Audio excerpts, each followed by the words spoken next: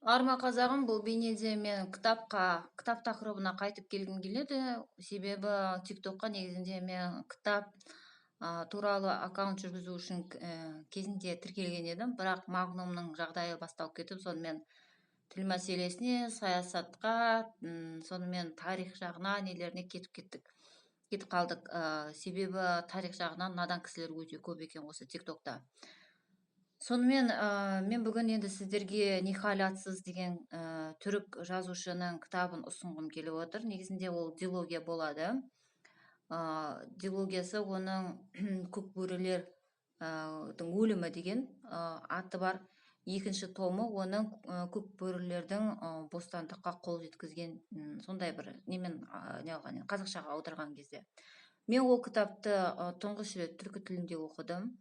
Ол кітап Түркияда өте танымал кітап болады, дилогия болады. Қазақ тілге оны 10 жылдай болып қалыпты аударғанына. Мен оны жақында ғана білдім. Случайно узнала. Қазақ тіліне аударылып не алған екен, және қазақ тілінде дилогия ретінде емес, оны бір томдық роман қылып не алған екен, және жай ғана көкбөрілер деп атап қойған екен. Сол кітапты алып оқыңыздар. Кітап не туралы болады? Ол көктүрік қағанаты қалай Қытайдың астында қалып бытышты шыққаны туралы бірінші томында айтылады. Көкбөрілердің өлімі деп аталынатын томында. Екінші томы оның жаңағы көкбөрілердің қайтадан туылуы деген, яғни екінші түркі қағанатының қалай дүниеге келгені туралы соны айтқан.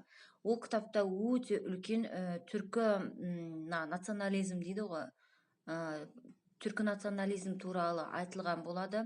Қалай Қытай неге ежелгі заманнан бері түркі халықтың жауы екені туралы айтылған, және қалай түркі халықтар Қытайларға қарсы тұрғаны, қалай Қытайлармен күресіп келгені, соның барлығын айтылған кітап болады.